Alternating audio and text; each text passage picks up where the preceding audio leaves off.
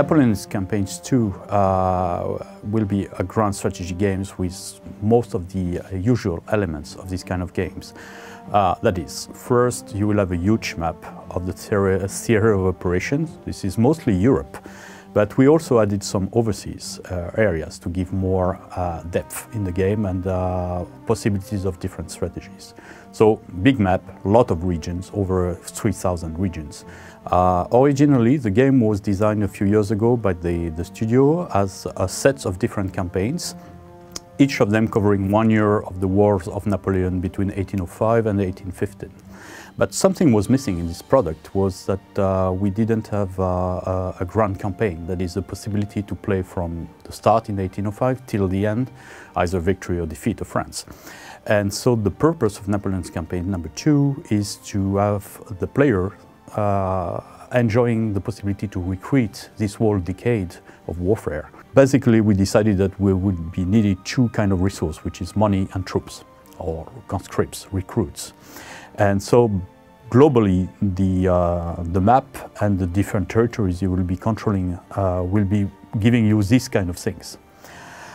We added an extra dimension, especially on the money part, is that each region again produces money and conscripts.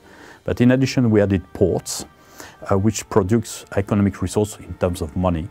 And so we will represent a key element of this era, which was trade. So there will be a challenge in the game between one player trying to get a big monopoly all over Europe by force of arms or economic constraints, and the other players trying to make inroads into this fortress and cut some entries to get their economy and their strategy still, going. Because if at some point you just lose money, you just lose the opportunity to do anything.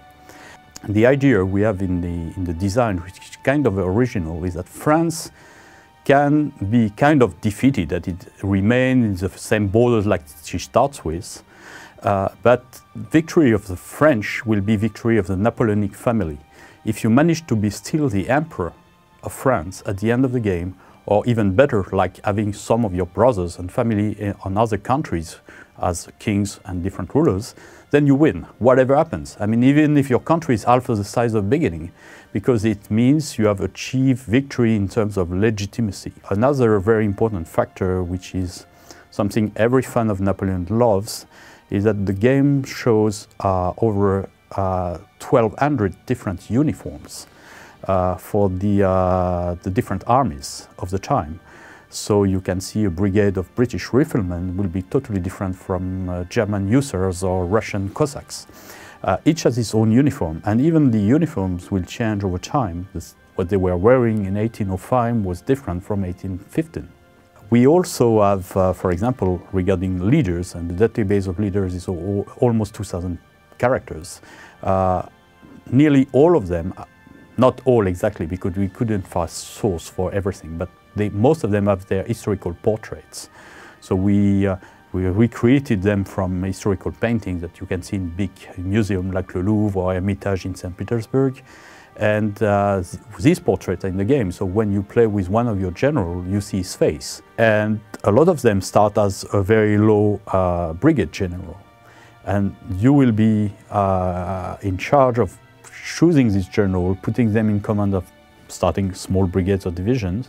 And then when they learn from the fights you will be handling, you will have the opportunity to promote them to higher ranks. Up to, at some point, you find the one you need to counter Napoleon, because Napoleon is a military genius and he's very hard to beat in the beginning. Usually when I play Napoleon games, I usually play everything but France.